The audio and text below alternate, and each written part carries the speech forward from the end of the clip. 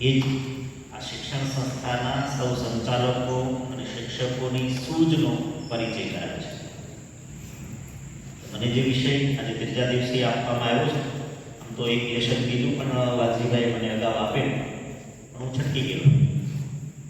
પ્રાર્થનાના જે શ્લોકો છે એની સમજૂતી તમને આપવા મારે આપવું એવું વાલજીભાઈ મને એક વાર લેશન આપેલું, પણ મેં બીજા પર તોડે કે નહીં તો કદાચ એમાંથી નીકળી જવાય તો સારું એમ કરીને હું નથી આવ્યો. પણ જો શક્ય બનશે તો એ કામ કરવા પણ અમસ્તા આ વિષયમાં. પછી આ બીજો વિષય પાછો આવ્યો કે અભિમુખતા છે, એમાં આવા બે વિષયો છે, એ પૈકીનો કોઈક વિષય ઉપર તમે વાત કરવા આવો. એટલે પછી મને જ અંદરથી થોડો રહ્યો છે.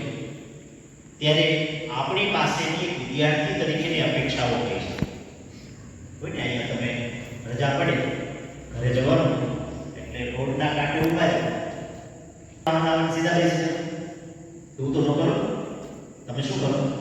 કારણ કે તમારે સરકારી બસમાં જવાનું હોય તો સરકારી બસનું બોર્ડ તો વાંચો.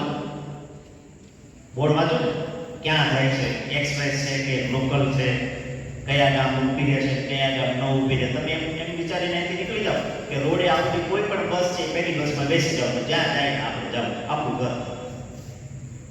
એમ કરીને બેસતા નથી. આપણે પહેલા જોઈએ છીએ કે બોર્ડ, બસનું બોર્ડ કયા ગામ તરફનું છે. રાજકોટ જતી હોય તો મારે દસા જવું તો દસા મને લઈ જશે એ જોઈએ, એ વિચાર કરીને બેસીએ. તો આ વસ્તુ સ્થિતિ એવી છે કે આપણે જે દિશા તરફ જવું છે એ દિશા તરફ જતું વાહન છે એ આપણને મળ્યું છે કે કેમ, અથવા તો આપણે બેસી ગયા માની એ વાહન કોઈ સ્પષ્ટતા વગર બેસી ગયા, બોર્ડ વાંચ્યું નથી બેસી ગયા. પછી હવે નક્કી કરવાનું છે કે હવે આપણી દિશા કઈ હોવી જોઈએ. આ બસ તો આપણને લઈને ગમે ત્યાં ઉતારી દેશે, ચાલો. પછી આપણી જીવનની દિશા કઈ હોવી જોઈએ એ આપણે સ્પષ્ટ કરવું પડે. તો બે વસ્તુની સ્પષ્ટતાઓ આપણી પાસે હોય તો મને એવું લાગે છે કે તમારા આગામી અભ્યાસમાં તમને બહુ જ સારું અનુકૂળ થશે. છે વાત ગ્રામાભિમુખ કેળવણી દ્વારા ગ્રામોદ્ધારની. તમે બધા નહીં ભણ્યા છો. અમારો એક મધ્યકાળનો કવિ શામળ ભણેલા વિદ્યાર્થીઓ માટે જેને વિદ્યા પ્રાપ્ત કરી હોય એની માટે એવું કહે છે, વિદ્યા ભણ્યો જે તે દર વૈભવ રૂડો. જોજો આની સાથે હું જોડીશ. જે વિદ્યા ભણે છે એના ઘરે વૈભવ ઘણો બધો હોય. વિદ્યા ભણ્યો જે કામિની કંચન ચૂડો. વિદ્યા ભણ્યો જે એ સદાવર્ત આપે. વિદ્યા ભણ્યો જે કષ્ટ કિયા રાખે. આ બે શબ્દો ફરી પાછા. વૈભવ તો બરાબર, કંચન ચૂડો પણ બરાબર, આવે ન આવે કાંઈ નથી. વિદ્યા ભણ્યો જે તે સદાવર્ત આપે અને વિદ્યા ભણ્યો જે કષ્ટ પિયારા આપે. બીજાના કષ્ટ આપે, બીજા પરોપકારના કોઈ કામો કરે એવો એક આપણે કરી શકીએ, બરાબર. અને સદાવર્ત આપે. સદાવર્ત તો ન ભૂલી શકે કાંઈ વાંધો નહીં, પણ આપણી ક્ષમતા મુજબની જરૂરિયાતમંદોને કંઈક આપી તો શકીએ ને, બરાબર. એ આપણા માટે એક પ્રકારનું સદાવર્ત છે. જે વિદ્યા બને છે એ આવું કરી શકે એવું શામળ એમની એક પદ્ય વાર્તા છે, મદન મોહન. બહુ મજાની પદ્ય વાર્તા છે. પદ્ય વાર્તા નહીં કહેવું ક્યારેક આખી વાર્તા કહેવા આવી છે. તો વળી વિદ્યા બન્યો જે જન સકળ કળા ગુણ સરખા. જે બધી વિદ્યાઓ ભણે છે એ બધી જ કળાઓના ગુણ જાણે છે. વળી વિદ્યા ભણ્યો જે જન સકળ ગુણ સરખા. શામળ કહે બીજા બાપડા પાણ સરિકા પારખ્યા. જે આ વિદ્યા ન ભણે એ બધા પાણા જેવા. હું એક પાણો લઈ રહ્યો છું મારી યારી ટીએલએમ છે મારું નરેન્દ્રભાઈ, હમણાં હું કાઢીશ પછી કોથળામાંથી. એટલે આપણે બધા ભણ્યા છીએ. કેળવણી એટલે ઘડતર. ગ્રામ તરફ અભિમુખ રાખનારી એવી કેળવણી આપીને એને ગ્રામ ઉદ્ધાર માટેની તૈયારી કરી સક્ષમ બનાવવા, બરાબર. ગ્રામોદ્ધાર માટેનો સંકલ્પ એનામાં ઉગે જાગે એ પ્રકારનું શિક્ષણ આપવું એનું નામ આ વિષય. અમૃતલાલ યાજ્ઞિક એક જગ્યાએ એવું કહે છે, નોંધે છે, આ ક્યારેક એવી સ્થિતિઓમાં મારે આગળ જતા તમને થોડું ચિત્ર એ રજૂ કર્યું છે કે કેવી સ્થિતિમાં આ ગ્રામાભિમુખ કેળવણીની વાત અને ગ્રામોદ્ધારની વાત કોને અને કેવા સંજોગોમાં કરી અને આપણા માટે મૂલ્યવાન શા માટે છે. ઘણીવાર હોય ને કે આપણી આસપાસ ગંગા કિનારે વસનારો છે એને ગંગાનું પાવનત્વ અને શીતળત્વનું મહત્વ ન હોય. ગંગા કેટલી પાવનકારી છે એનો મહિમા એમ ન સમજે. પણ મારી તમારી જેવા અહીંથી ગંગા કિનારે ગયા હોય તો 7 વાર પાણી માથે ચડાવે, 1 વાર ડૂબકી નહીં પણ 5 વાર ડૂબકી મારીએ, ભલે કડકડતી ઠંડી કે ગમે એવું બરફ જેવું પાણી હોય તો એ ડૂબકી મારી અને અધૂરા પૂરી ઓલી વધેલી બોટલ હોય તો એમાં ભરીને પાછું લાવી કરે. કારણ કે આપણને ખબર છે કે ગંગાનું પાણી છે એ બહુ પાવનકારી છે. ઘરે કોઈ છેલ્લી કુટુંબીજનો કોઈ પણ જણા તો એને બે ટીપા પાઈ શકાય ગંગાજળ રૂપે, બરાબર? તો આપણને મહિમા છે. એટલે સ્થિતિ અત્યારે એવી છે ઘણીવાર કે આપણે જે પ્રવાહમાં જે શિક્ષણ વ્યવસ્થામાં ઊભા હોઈએ અને જે શિક્ષણ મેળવી રહ્યા હોઈએ એનું મહાત્મ્ય કેવું છે, એનું મૂલ્ય કેવું છે એ આપણને ન પણ ખબર હોય. એટલે આખો કાર્યક્રમ મને એવું લાગે છે કે તમને આ સમજાવવા માટેનો છે, 5 દિવસનો અભિમુખતાનો. અને બહુ સુંદર રીતે હું અગાઉ પણ એકવાર કદાચ ભૂલી ગયો છું, ફરી પાછો આજે વિષય સાથે આવ્યો. અમૃતલાલ યાજ્ઞિક એવું કહે છે, રાષ્ટ્રને સ્વાતંત્ર્ય મળ્યા પછી પણ પ્રજાની ચેતના અને સંસ્કારના કે તેનો ઉત્કર્ષ કરનાર કેળવણી જો આમ જનતા સુધી ન પહોંચે તો કેળવણી ક્ષેત્રમાં જીવનની તપશ્ચર્યા અને સાધના કરનારને કેવી વેદના થાય તે કલ્પી શકાય તેવી વાત છે. આ અમૃતલાલ યાજ્ઞિક કદાચ આપણા નાના ભાઈ અને મનુભાઈની પીડા સાંભળી ગયા છે. એ ગ્રામ છે, ગામડું છે એટલે ગ્રામ દેવતા એવો શબ્દ પણ આપણે ત્યાં કહ્યું જાય છે. આખી શિક્ષણ વ્યવસ્થામાં નાનાભાઈ અને મનુભાઈ જે શિક્ષણ પ્રણાલી શરૂ કરી એના કેન્દ્રમાં ગ્રામ સમાજને ઉપયોગી થાય એવા પ્રકારનું શિક્ષણ આપવાનો એક સંકલ્પ લઈને નીકળેલા. ગામડાના કેટલા બધા પ્રશ્નો એને સમજીને એના નિરાકરણ માટે જુદી જુદી રીતે પ્રયત્નો કરતા રહ્યા. ગામડાના એ પ્રશ્નોને સમજીને નિરાકરણ માટે મથા કરે એવા શિક્ષિત યુવકોને યુવતીઓને તૈયાર કરવા. જો આ બધો ખ્યાલ હતો નાનાભાઈ અને મનુભાઈમાં, થોડોક ઇતિહાસ નાનાભાઈ અને મનુભાઈની સાથે પણ જોડતો જાય. ગામડાને નેતૃત્વ પૂરું પાડે એવા પ્રકારની નવી શક્તિઓ તૈયાર કરી. ગામડું બેઠું થાય એટલે રાષ્ટ્ર સમૃદ્ધ થાય. ભારત વર્ષ ગામડાઓનું બનેલું છે. જો ગામડું સક્ષમ હશે તો રાષ્ટ્ર સક્ષમ બનશે, રાષ્ટ્ર પ્રાણવાન બનશે. આ નાનાભાઈ અને મનુભાઈ બરાબર સમજતા હતા. એટલે સરકાર દ્વારા કોઈ પણ એક ખોટો નિર્ણય લેવાય તો એની સામેનો એટલો જ ઉકળાટ અને આક્રોશ એ નાનાભાઈ અને મનુભાઈમાં જન્મી શકે. નાનાભાઈ તો થોડા સ્થિત પ્રજ્ઞ, મનુભાઈમાં વધારે આક્રોશ આવી શકે તો પરિસ્થિતિ એવા પ્રકારની નિર્માણ થાય તો એમાં આવી જાય. તો એ વસ્તુ બની છે. કેટલાક દાખલાઓ પછીથી સમજીએ છે તો આપણે પેલું છે. એટલે ગ્રામ કેન્દ્રીય સુધારણાઓ લાવવા માટેના કેટલાક વિનમ્ર જે પ્રયાસો હતા એમાંનો એક પ્રયાસ એટલે આ આર્થિક શિક્ષણ વ્યવસ્થા, જેમાં મૂળ તમે બધા સાથે છે. ગામડાના અનેક નવા પડકારો છે, એની વાત પણ આપણે છેલ્લે કરશું અને આ પ્રશ્નો અને સમસ્યાઓને બેયને સાથે કેમ જોડી શકાય. હવે તમે જાણો છો, છતાં હું નિર્દેશ કરતો, નાનાભાઈ 1910માં દક્ષિણામૂર્તિ વિદ્યાર્થી ભવનની સ્થાપના કરી. કેળવણી માટે, ચારિત્ર ઘડતર માટે એ સંસ્થા શરૂ કરી. હવે જો આ કેવી વિચિત્રતા છે, અથવા તો કેવા માથા ભરેલ માણસો છે બંને, નાનાભાઈ અને મનુભાઈ. મારી તમારી જેવા આવા ઢીલા પોચા મનના માનવીઓ આવા નિર્ણય ન કરી શકે એવા નિર્ણય કર્યા. શામળદાસ કોલેજમાં પ્રોફેસર તરીકેની નોકરી કરતા હતા અને નોકરી છોડી દીધી. એને એમ લાગ્યું કે આ શિક્ષણ ખોટી દિશામાં અપાયેલું છે, એ છોડીને એને શું કર્યું, એક છાત્રાલય શરૂ કર્યું. વિદ્યાર્થીઓને સંસ્કારવા માટે, ચારિત્ર ઘડતર કરવા માટે, મૂલ્ય શિક્ષણ આપવા માટે થઈને છાત્રાલય શરૂ કર્યું. એ સંસ્થા પૂરી ફાલી 1910માં શરૂ થઈ. આ પહેલું. બીજું પગલું એ ભરે છે ક્યાં, આમલા ગ્રામ દક્ષિણામૂર્તિ આ બીજું પગલું. વામન સ્વરૂપે રહેલા નાનાભાઈના વિરાટ પગલાઓ છે આ કરીને શિક્ષણ જગતમાં.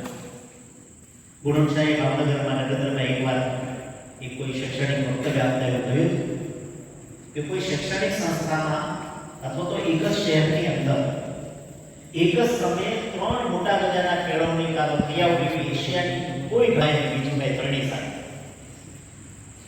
હશે, થોડો વિચાર ભેદ, અભિપ્રાય ભેદ કામ કરતા થયું હશે. એટલે 1910માં શરૂ કરેલી આ સંસ્થાને છોડીને નાનાભાઈ આવ્યા આપી. શું લાવ્યા સાથે? કશું જ નહીં, માત્ર દક્ષિણામૂર્તિ દેવની છબી. બરાબર? એની બસ એથી વિશેષ કશું અમને થતું નહોતું. હરભાઈ અને બીજુભાઈની સંસ્થા છોડીને એક ડગલું ભરીને આવ્યા, મોટી છલાંગ મારી. કેટલા કિલોમીટર થાય હતી ભાવનગર? 35 કિલોમીટર ડગલું એક ભર્યું નાનાભાઈ વામન દેવ. અને અહીંયા એક નવું ચરણ શરૂ થયું. હવે અહીંયા છાત્રાલય બધું છે. શું બને છે? નવું લોહીને જોમ જુસ્સો લઈને નીકળે. એ સમયમાં સ્વતંત્રતાની ચળવળ ચાલતી. એટલે 85 ગામનો એક યુવાન આ સ્વતંત્રતાની ચળવળમાં ભાગ લેવા માટે નીકળી પડે અને એમાં નાનાભાઈનો સંપર્ક થાય. પછી નાનાભાઈએ કહ્યું હોય એટલે નાનાભાઈની સાથે કામમાં ભાવનગર દક્ષિણામૂર્તિમાં જોડાય. એ કામ કરતા કરતા એ યુવાન મનુભાઈ પંચોળીને એવું લાગે કે આ તો ખોટું છે, કઈ મારી સમજ મુજબ આવું હોવું જોઈએ એમ કરીને વડીલ એવા પિતાજી સમાન એવા નાનાભાઈને કીધું કે તમે જે દિવસે ગામડામાં કામ કરવા માટે જશો, ગામડા માટે નિશાળ શરૂ કરશો અને ગામડામાં નિશાળ શરૂ થશે તે દિવસે હું તમારી સાથે જોડે. એમ કરી નાનાથી ફૂટા પડી ગયા બપાડા. ત્યાં થોડા કામો કર્યા રચનાત્મક હાથે. અને એ દરમિયાન નાનાભાઈ પાછા અહીંયા આમલા આવે અને નાનાભાઈ ચિઠ્ઠી લખી મનુભાઈ પાછા એમની સાથે અહીંયા જોડાય. આ નાનાભાઈ અને મનુભાઈની યુતિ જુગલબંધી એને આખા શિક્ષણ વિચારને રાષ્ટ્ર પ્રસિદ્ધ કર્યો અથવા તો વ્યાપકપણે આખો શિક્ષણ વિચાર એક આદર્શ બની શકે એવી સ્થિતિએ બંને પહોંચાડી. ત્રીજું બધું એવું લાગ્યું કે સેકન્ડરી હાયર સેકન્ડરીનું શિક્ષણ આપ્યા પછી પાછો વિદ્યાર્થી ભણવા ક્યાં જાય તો ભાવનગર શહેરમાં શામળદાસ કોલેજ 3 વર્ષ કોલેજ કરે એટલે કોલેજનું શહેરનું એટલું બધું વહેલું લાગે, સમજાય જાય, ગામડું ગમે નહીં એટલે શહેરમાં રહેવાનું પસંદ કરે કે આ નોકરી શહેરમાં શોધી. ભણેલો આખા ગામમાં એકાદો યુવાન હોય કોલેજ કરવા માટે શહેરમાં જાય, શહેરમાં રહી જાય એટલે ગામડાની સ્થિતિ એની એ જ રહી. એમાં કોઈ બદલાવ આવ્યો જ નહીં. એટલે નાનાભાઈને એવું લાગ્યું કે આપણે જે આમલામાં કેળવણી આપીએ છીએ, જે શિક્ષણ આપીએ છીએ એને અનુરૂપ એવા પ્રકારનું ઉચ્ચ શિક્ષણ આપણે શરૂ કરવું જોઈએ, એ વ્યવસ્થા ઊભી કરવી જોઈએ. એટલે 1953માં એને લોકભારતીની સ્થાપના કરી. લોકભારતી કેવી હતી? ગ્રામ વિદ્યાપીઠ, હાયર એજ્યુકેશન આપતી એવી સંસ્થા. હવે આ નાનાભાઈના સંદર્ભમાં એક પંક્તિ આપણે કહી શકીએ, મજા ઈશ્વર કા મિલતા હૈ તો દીવાનો કો મિલતા હૈ. આપણે જ પાછળ ભાઈ, मजा ईश्वर का मिलता है तो दीवानों को मिलता है, प्रभु भी दीवाना बनकर दीवानों से मिलता है. आ दीवाना नानाभाई મનુભાઈ ગામડા માટેના દીવાના, જો કેળવણી અને શિક્ષણના દીવાના. એટલે ઈશ્વરે દીવાના બનીને આ નાનાભાઈ મનુભાઈને દીવાના સ્વરૂપે મળે. આખી કામગીરી પ્રમુખ ભેદો છે શાળા કોલેજોની વચ્ચેના. એ ભેદોનામાં અત્યારે બહુ જવું નથી, ફરી પાછું છેલ્લે એવું લાગશે તો આવીશું. પણ કેવી સ્થિતિઓ હતી આપણે ત્યાં, આપણી સમાજની, આપણા રાષ્ટ્રની રાજકીય, સામાજિક, આર્થિક, ધાર્મિક અને સાંસ્કૃતિક એ સ્થિતિઓનું થોડુંક વિહંગાવલોકન આપણે કરીને પછી અહીંયા પહોંચી જઈએ. આપણે જાણીએ છીએ કે આપણે ત્યાં 12મી સદીથી શરૂ કરીને જે મધ્યકાળનો યુગ ચાલ્યો એની સમાજ વ્યવસ્થા, એની રાજ્ય વ્યવસ્થા, એની ધર્મ અને સંસ્કૃતિ એક જુદા પ્રકારની, મોટાભાગે રાજાશાહીનો માહોલ હતો. ધીરે ધીરે કરતા મુસ્લિમ સત્તાઓ આવી, મુસ્લિમ આક્રમણો આપણે ત્યાં આ વિવિધ આક્રમણોએ આપણા દેશને જુદી જુદી રીતે ખોખલો કર્યો. તગલક વંશ આવ્યો, મોગલ વંશ આવ્યો, મરાઠાઓનું શાસન આવ્યું, અંગ્રેજોનું શાસન આવ્યું. આ થોડુંક ઐતિહાસિક તવારીખો છે, કારણ કે જેનું મંડાણ નાનાભાઈ અને મનુભાઈએ કર્યું છે બીજા રોપણ, એના મૂળ કુળ આપણને અહીંથી મળશે. છેલ્લે મોગલ વંશ પછી 1707માં ઔરંગઝેબનું અવસાન થયું પછીથી આપણે ત્યાં મરાઠાઓનું શાસન આવ્યું. શિવાજી અને એના વંશજોએ જુદી જુદી રીતે આક્રમણ શરૂ કર્યા. ઇતિહાસનું શિક્ષક નથી પણ એક વિગત ભૂલ થાય તો માફ કરજો. એક મરાઠાઓના શાસન આવ્યા, ગાયકવાડી શાસન, પેશવાઈ શાસન આપણે ત્યાં સ્થપાયું. બ્રિટિશ સત્તાનો પાયો નાખવામાં આ બે સત્તાઓની વચ્ચેની સાડમારી હતી એમાં જવાબદાર છે. મોગલોના શાસન દરમિયાન અનેક એવા પ્રકારની પરિસ્થિતિઓ નિર્માણ થઈ કે પ્રજા ત્રાહિમામ ભોગાઈ, ત્રસ્ત થઈ, એટલી પીડા થઈ. મરાઠા અને મોગલો વચ્ચેના સત્તા લાલસાના જે યુદ્ધો ચાલ્યા, એકબીજા ઉપરના આક્રમણો ચાલ્યા, એમાં પ્રજાનું હિત કે પ્રજાનું કલ્યાણ કોઈ વિચારનારા હતા જ અંધાધૂંધી ફેલાઈ. એક શાસક બીજા પર કરે, ફરી પાછો પેલો વળતો પ્રહાર કરે, આમ એકબીજાની ઉપર આક્રમણો શરૂ થયા. એમાં પ્રજાને ન્યાય જોઈએ તો ન્યાય ન મળે, પ્રજાને સારી સમાજ વ્યવસ્થા, સારી સુવિધાઓ કે જે કંઈ પણ જોઈએ કશું ન મળે, કોઈ કાયદો જેવી વ્યવસ્થા જ ન રહે, અને અનેક પ્રકારના અનિષ્ટો એના કારણે જન્મ. પરિસ્થિતિ એવી નિર્માણ થઈ કે રાજ્ય સત્તાએ જ્યારે સંતોષકારક એવા પ્રકારના કોઈ ઉકેલો ન આવ્યા, પરિણામ પ્રજા જાય કોની પાસે? તો કે મધ્યકાળથી એક સ્થિતિ એવી રહી આપણી પ્રજા તરીકે, એક માણસ તરીકે, કે જ્યારે તકલીફ પડે ત્યારે આપણે જઈએ ઈશ્વર પાસે. એટલે મધ્યકાળનો સમગ્ર સમાજ છે એ ધર્માભિમુખ રહ્યો, ધર્મ તરફ વળેલો, ધર્મની જુદી જુદી પ્રવૃત્તિ. તકલીફ આવે તો ભગવાન પાસે જવાનું, અને બહુ નવરા પડે તો ભક્તિ કરવાની, અને બહુ ઉલટ થાય તો ભજન ગાવાના, સંગીત મૂકી ગાય. આ ત્રણ વસ્તુ તો ફક્ત ભગવાન અને ભક્તિની આસપાસ આખું વાતાવરણ રચાતું છે. આખા પ્રદેશમાં અવ્યવસ્થાઓ, ભય, બિન સલામતી, પ્રજા રક્ષણની જાન સલામતીની બાંહેધરી કોઈ રાજાઓ કે શાસકો આપી શકે એવી સ્થિતિમાં ઈજારદારો હતા. ઠાકોર ભાયાતો જેને કે એવા ઈજારદારો હતા રાજાના અનુચાર તરીકે.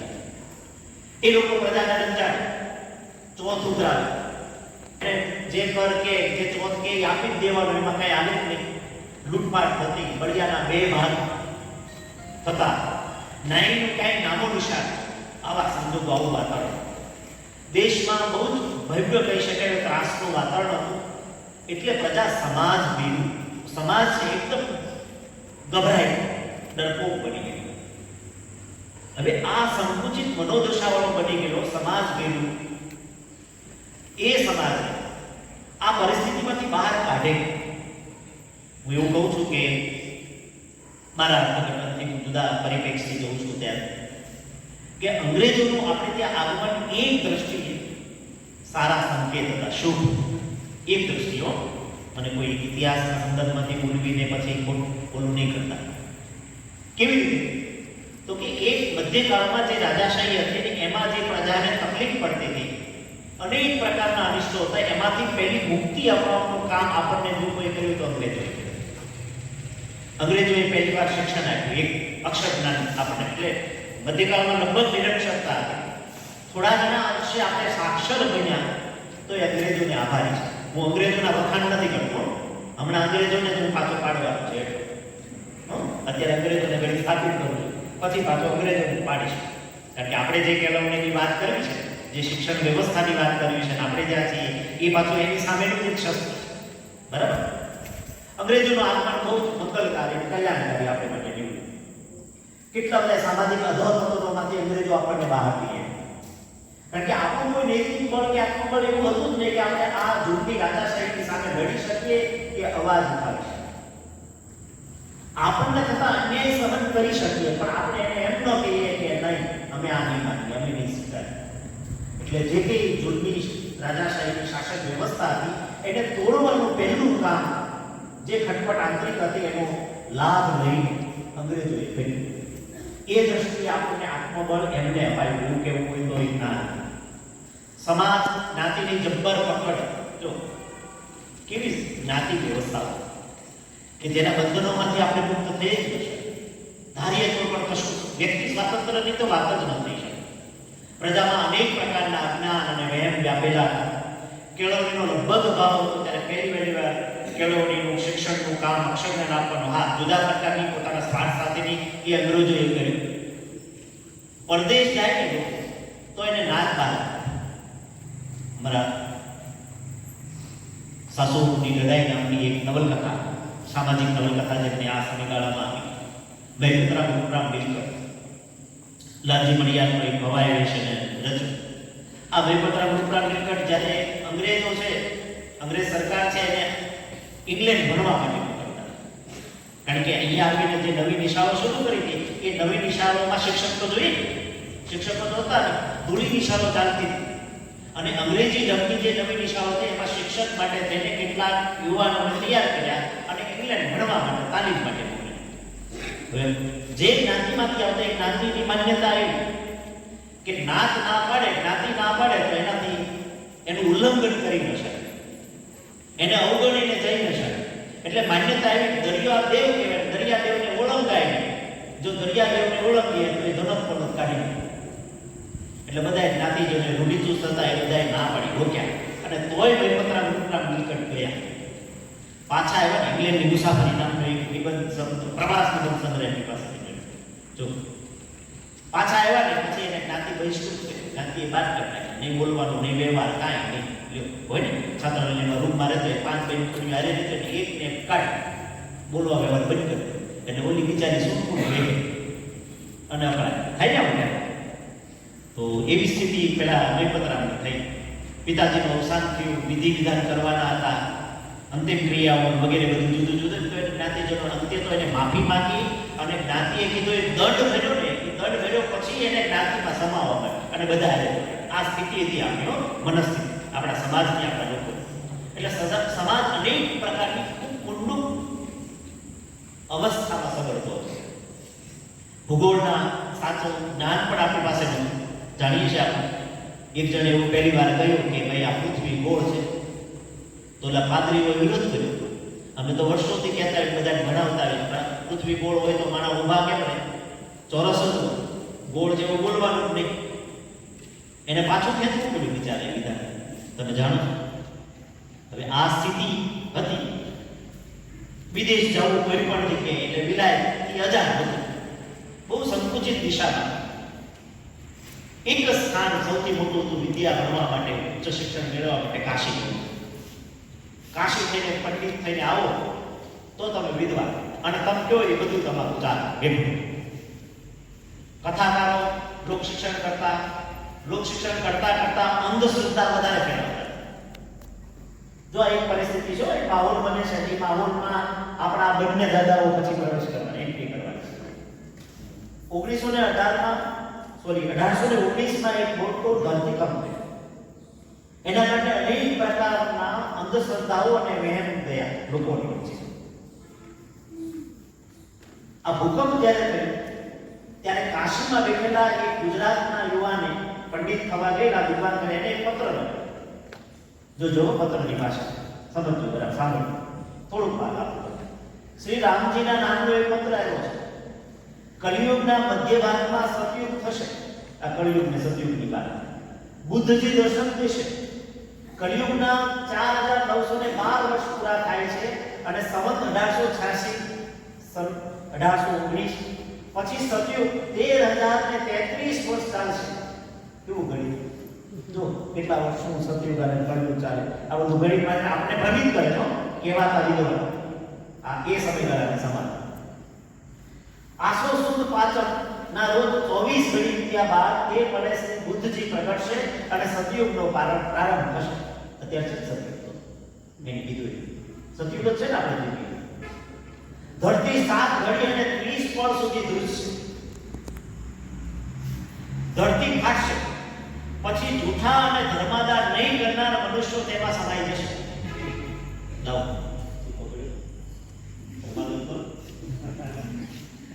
જેઓ આ કાગળ વાંચશે, સાંભળશે અથવા તો સૌ સાંભળે અને વાંચે એવી વ્યવસ્થા કરશે તે બહુ પુણ્યશાળી થશે. જો પુણ્યશાળી મેં વાંચી દીધો ભાઈ. આ એ સમયે 1819માં કાશીમાં ભણવા ગયેલો એક વિદ્વાન આવો એક પત્ર લખે છે. ધરતીકંપ આપણે થયો ત્યારે બધાને ખોટા ખ્યાલોમાં હતા, ગેરમાર્ગે હોય છે. જેવો આ કાગળ વાંચશે, સંભળાવશે અથવા તો સૌ સાંભળે અને વાંચે એવી વ્યવસ્થા કરશે તે બહુ પુણ્યશાળી થશે. આમાં વિશ્વાસ રાખશે. જેવો તે માનશે નહીં તેમને બ્રાહ્મણ અને ગૌ માર્યાનું પાપ લાગશે. આપણે કાંઈ બોલવું નથી. દારૂણ વાસ્તવિકતા હતી કઠોર. સ્ત્રીની આદત એકદમ બદતર. લૂંટારા અપહરણકારોથી બચવા કેટલાઓને નાની વયે પરણાવી દીધા. રોગચાળાઓને ભુવાઓને તંત્ર મંત્રમાં બધાને આંધળી શ્રદ્ધા. બાળ મરણનું પ્રમાણ પણ ખૂબ, એટલે બાધા આકરી આ તે અનેક વસ્તુ એની સાથે આવે. બાળ લગ્ન થાય, બાળ મરણ થાય, બાળ વિધવાઓના એવા સામાજિક અનેક પ્રકારના અનિષ્ટો. પ્રજા લગભગ નિષ્પ્રાણ, તેજોહીન અને નિરાધાર બની ગઈ. એવા સમયમાં અંગ્રેજોનું આગમન થયું. બરાબર, એન્ટ્રી થઈ હિરોની આવ્યા. વેપાર વાણિજ્ય અર્થે આવેલા, પણ પેલા મોગલો અને મરાઠાઓ પરસ્પર લડી મરતા હતા, એનો લાભ લીધો. અહીંયા શાસન કરવા નતા, વેપાર કરવા. પણ એ બહુ બુદ્ધિજીવી. એને એમ થયું કે આ ભાઈઓ ભાઈઓ લડે છે. પેલી બિલાડીની વાર્તા છે ને, પેલા બે વાંદરાઓ ઝઘડતા હોય, રોટી હાટે ઝઘડો થતો, બિલાડી સમાધાન કરવા આવે. અને કેવું સમાધાન કરે તમને ખબર? બરાબર, તમે આવું ક્યારે તો એને સમાધાન જેમ કરતું એમ આ આવ્યા હતા વેપાર વાણિજ્ય કરવા અર્થે. બરાબર, અને લાભ લઈ લીધો આંતરિક ખટપટનો અને સત્તા પર બેસી સત્તાના સૂત્રો પોતાના અંતે તો આ એવો સમય હતો, લગભગ 18મી સદીથી એક નવું વિચારવું પડશે, નવી નીતિઓ ઘડવી પડશે. બરાબર, એટલે પશ્ચિમની ઔદ્યોગિક સંસ્કૃતિ અને વૈજ્ઞાનિક દ્રષ્ટિ ધીરે ધીરે કરતા એ લોકો નવી શિક્ષણ અને કેળવણી આપણને આપતા અહીંયા અવતાર થઈ ગયા, એટલે ઉતાર થઈ ગયા ધીરે ધીરે, અને આપણે સ્વીકારતા. અંગ્રેજ આવ્યા એટલે અંગ્રેજ રાજ્યમાં શાળાઓ સ્થાપના, વ્યવસ્થિત શિક્ષણ પદ્ધતિઓ શરૂ થઈ. આ એના સારા ફળો છે, આપણે એને કહીએ. પણ એને એટલી ખબર નહોતી કે આ લોકોને એટલે કે હિન્દુસ્તાનીઓને, ભારતીયોને કેવું શિક્ષણ જોઈએ એ એને ન વિચાર. એને નિશાળો સ્થાપના, શિક્ષણનું માધ્યમ અંગ્રેજી હોવું જોઈએ એવું એમને વધારે આગ્રહ છે. ગવર્નર સર જે મારી એ બધી વાતો છે, પણ એમાં નહીં જઈએ આપણે અત્યારે. લોર્ડ મેકોલો નામનો એક વ્યક્તિ એ અંગ્રેજી માધ્યમના શિક્ષણનો હિમાયત. 1835માં વિલિયમ બેન્ટિકે એનો સ્વીકાર કર્યો અંગ્રેજી માધ્યમના શિક્ષણ. લોર્ડ મેકોલોએ એક પત્ર લખ્યો એના પિતાને, આખો સર્વે કરીને ભારતમાં હિન્દુસ્તાન, અને અંગ્રેજી કેળવણી પામેલા હિન્દીઓ રંગે અને રક્તે ભલે હિન્દીઓ જ રહે, પણ માત્ર તેમના રુચિ અને શિષ્ટાચાર પશ્ચિમી ઢબના થઈ જશે. આપણે જે અંગ્રેજી ઢબની શિક્ષણ કેળવણી આપવા માંગીએ છીએ, જો એવી અપાય તો આવું લોર્ડ મેકલોનું માનવું એને લખેલા પત્રમાં એના પિતાને કરેલી વાત. શું કરવાનું છે? જે અંગ્રેજી કેળવણી પશ્ચિમની કેળવણી પામશે એ હિન્દુસ્તાનીઓ હિન્દીઓ જ હશે, પણ એનો રંગ અને રક્ત બંને ભલે હિન્દીઓ જેવા છે, પણ એની માત્ર રુચિ અને એનો શિષ્ટાચાર છે એ પશ્ચિમના ઢબના થઈ જશે. એટલે કે પરતંત્ર થઈ જશે, માનસિક અને વૈચારિક ગુલામ બની જશે. અને આ જ નેમ લઈને આ અંગ્રેજી શિક્ષણ વ્યવસ્થા આપણે ત્યાં છે. બરાબર, સારા ફળો કેટલા આપ્યા એની આપણે ચર્ચામાં નથી જવું. થોડા સારા માઠા પરિણામોની વચ્ચે વચ્ચે આખું જનજીવન બદલાતું ગયું. અંગ્રેજો આવતા આપણે ત્યાં ગામડાઓ ઉભા રહ્યા, કારણ કે પેલું અંગ્રેજી શિક્ષણ પશ્ચિમના ઢબનું મળવા લાગ્યો એટલે પશ્ચિમનું જીવન છે એનું આકર્ષણ વધ્યું, એનો વધારે મોહ જાગ્યો. એટલે ઘણી અહીંયા શાળા કોલેજો ક્યાં શરૂ થઈ? મુંબઈમાં 1857માં 3 યુનિવર્સિટી એક સાથે સ્થપાણી. અમારા સાહિત્યના સંદર્ભમાં પંડિત યુગના સર્જકો મોટા ભાગના મુંબઈમાં જઈને ભણ્યા. જો ત્યાં આગળ મુંબઈમાં એક કોલેજ લોર્ડ એલ્ફિન્સ્ટન નામના એક બહુ મોટા વિદ્વાન અને શિક્ષણ શાસ્ત્રી અને ભાષાપ્રેમી હતા. લોર્ડ એલ્ફિન્સ્ટનના નામે એક કોલેજ શરૂ થઈ અને મોટા ભાગના સાક્ષરો જે કે એ બધા લોર્ડ એલ્ફિન્સ્ટન કોલેજમાં મુંબઈમાં ભણેલા છે. ગામડાઓ ગયા, મણીગણીને શહેરમાં ગયા અને શહેરમાં કેન્દ્રિત થયા. ત્યાં જ કામ ધંધો શોધી લીધો, નોકરી શોધી લીધી.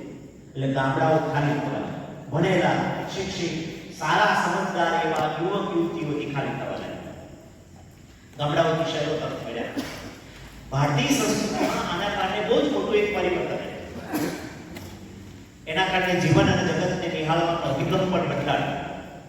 જ્ઞાનની નવનવી શાખાઓ વિશે સ્વીકારી શક્યા. સામાજિક ગૌરવ અને રાષ્ટ્રીય એકતા જે હતી એ ધીરે ધીરે કરતા તૂટવા લાગી. અંગ્રેજી સાહિત્યના વાંચને લોકોને જુદી દિશાના અનેક પ્રકારના મોહ જગાડ્યા. મનુભાઈ પંચોળી એવું કહે છે કે ગામડા એ શહેરની સમૃદ્ધિ વધારવા માટે શોષણના સાધન ન બનવા જોઈએ. એવું કહે છે. સર્વોદય, આપણે બધા સર્વોદયની સાથે જોડાય. સર્વોદયનો મુખ્ય કાર્યક્રમ છે ગામડા સમૃદ્ધ, સુંદર અને શક્તિશાળી બને તે. હું એમ નથી કહેતો કે શહેરો ગરીબ થાય, ગંદા થાય. જે દેશમાં ગામડા સમૃદ્ધ હોય તેના શહેરો ગરીબ રહે જ નહીં. એટલે કૂવો શહેર છે કે ગામડું છે? જો કૂવા મોઈ અવેડામાં આવે એવું નક્કી છે ને? કૂવા મોઈ જ અવેડામાં આવે ને કે એમના અવેડામાંથી કઈ પાણીનો સ્ત્રોત જાગી નીકળે, ફૂટી નીકળે? કૂવા મોઈ જ અવેડામાં આવે. ગામડું છે ને એ કૂવો છે અને શહેર છે એ અવેડા છે. એટલે ગામડાનો ભોગ લઈને શહેરો સમૃદ્ધ થાય એ જરૂરી નથી, હોવું જ ન જોઈએ એવું મનુભાઈની દ્રઢ માન્યતા છે. તો આખું એક વ્યવસ્થા પરિવર્તન ધીરે ધીરે કરતા આપણે ત્યાં આવ્યું. અને એમાં અંગ્રેજોએ આવા પ્રકારની શિક્ષણ વ્યવસ્થા, મેકોલો શિક્ષણ પદ્ધતિ આવી. એમાં એક એવી શિક્ષણ વ્યવસ્થાની જરૂર હતી, શિક્ષણ પ્રણાલીની જરૂર હતી જે ખરેખર શહેરો માટે નહીં પણ ગામડાઓ માટે કામ કરતી.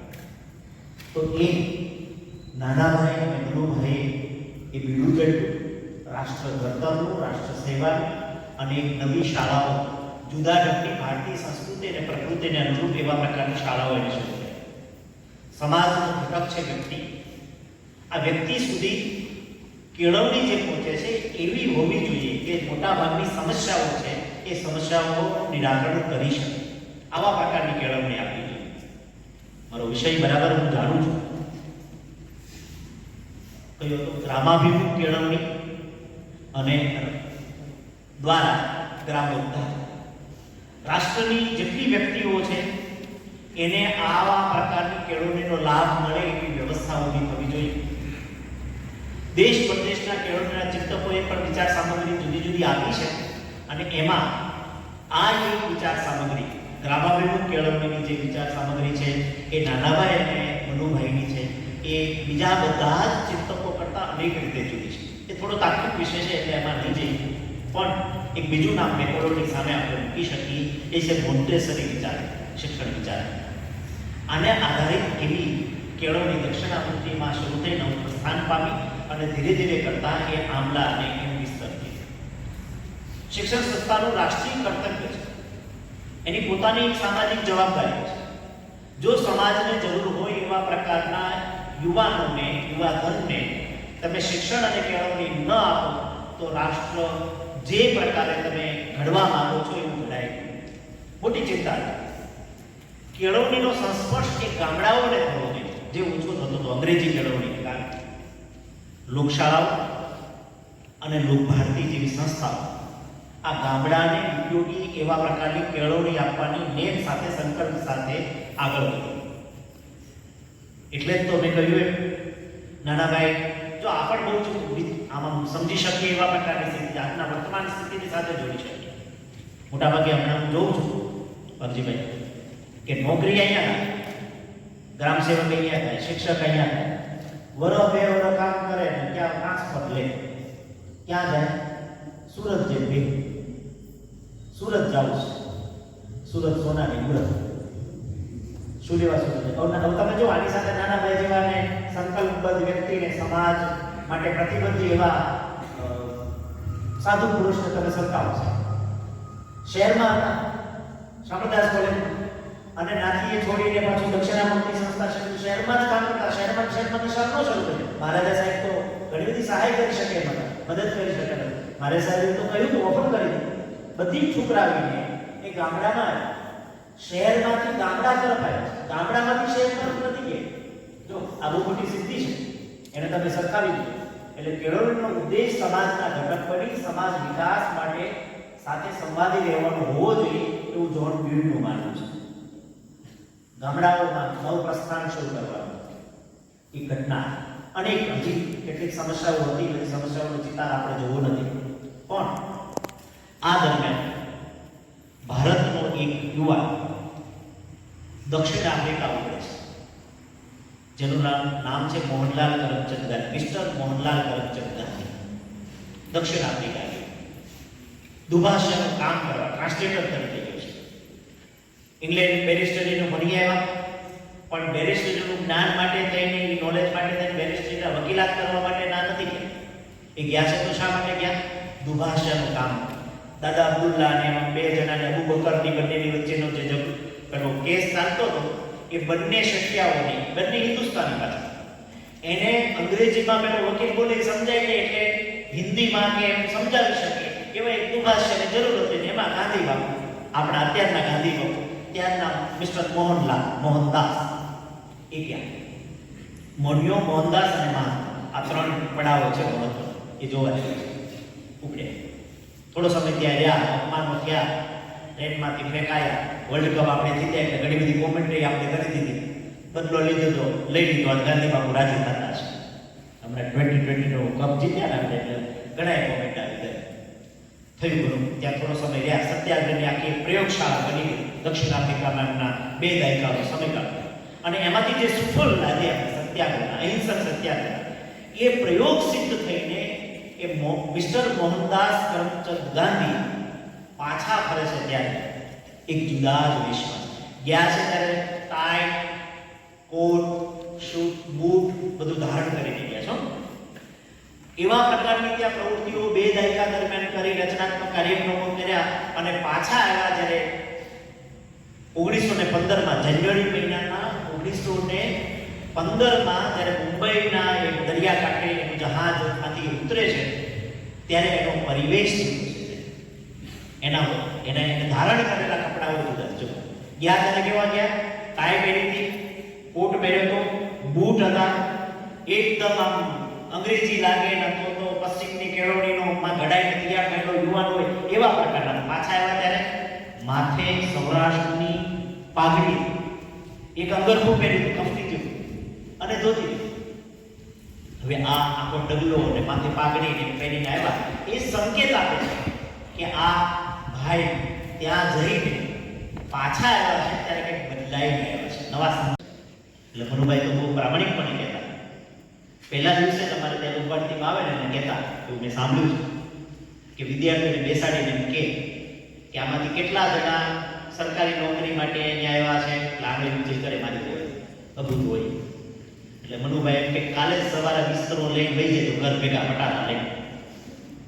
અહીંયા જેને સરકારી નોકરી કરવી હોય એની માટે આ શિક્ષણ વ્યવસ્થા છે.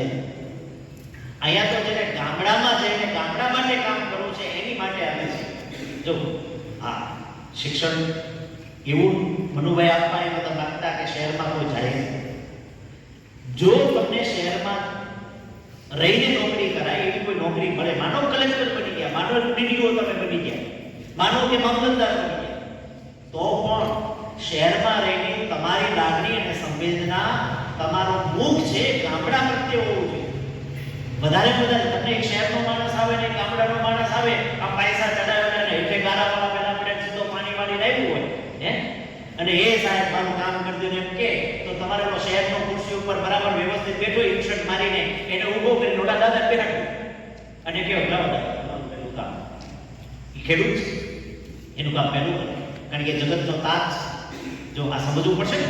એટલે તમારામાંથી માની લો કે કોઈ એસપી બની જાય, કાલ હવે યુપીએસસી પાસ થાય, આઈએએસ અધિકારી બની જાય, કલેક્ટર બની જાય, બનશો ને કે નહીં? હે, એમ બની જાવ તો તમારે શું કરવાનું? તમે આ ગ્રામાભિમુખ કેળવણી લઈને ગયા છો એટલે તમારે ગામડાનો ઉદ્ધાર કરવા માટે તમારા ચિત્તમાં શું રોપવાનું છે? ગામડા માટેની સારી લાગણી, સારો ભાવ. કંઈ પણ તકલીફ હોય તો ગામડા માટે કહે. કારણ કે અમે આવી દક્ષિણામૂર્તિ નામની એક ગામડા માટે આટલા દાયકાઓથી બનતી એવી શૈક્ષણિક સંસ્થાના વિદ્યાર્થી, એવું થાય ને કે નહીં? તો અનેક દ્રષ્ટાંતો